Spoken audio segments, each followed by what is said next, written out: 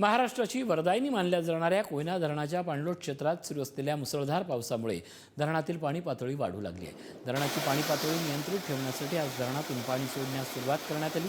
कोयना धरणाचे सर्व 6 वक्र दरवाजे प्रत्येकी 1 फुटानं उघडण्यात आले। त्यातून 5080 क्युसेक पाण्याचा विसर्ग कोयना नदीत सुरू झाला आहे। त्यामुळे कोयना नदीमध्ये एकूण 6129 क्युसेक पाण्याचा विसर्ग सुरू झाला आहे। महाराष्ट्राची वरदायिनी मानले जाणारे सातारा जिल्ह्याच्या पाटण तालुक्यातील कोयना धरण, या कोयना धरण पाणलोट क्षेत्रात महाबळेश्वर, नौजा आणि कोयना नगर येथे मागील काही दिवसांपासून मुसळधार पाऊस सुरू आहे।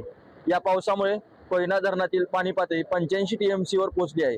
कोयना धरणाची एकूण पाणी साठवण क्षमता 105.25 TMC इतकी आहे। या कोयना धरण जलाशयाला यापूर्वी शिवसागर जलाशय म्हणून ओळखलं जात होतं, मात्र काल शासनानं एक GR काढून या जलाशयाचं नाव छत्रपती शिवाजी महाराज कोयना जलसागर असं केलेलं आहे।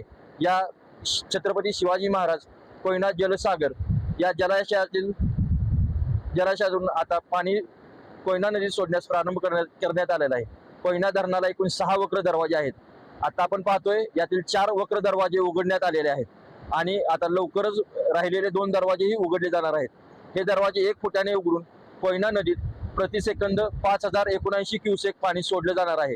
त्याचबरोबर काल सकाळपासून पायथा वीज ग्रहातून पाण्याचा विसर्ग सुरू आहे।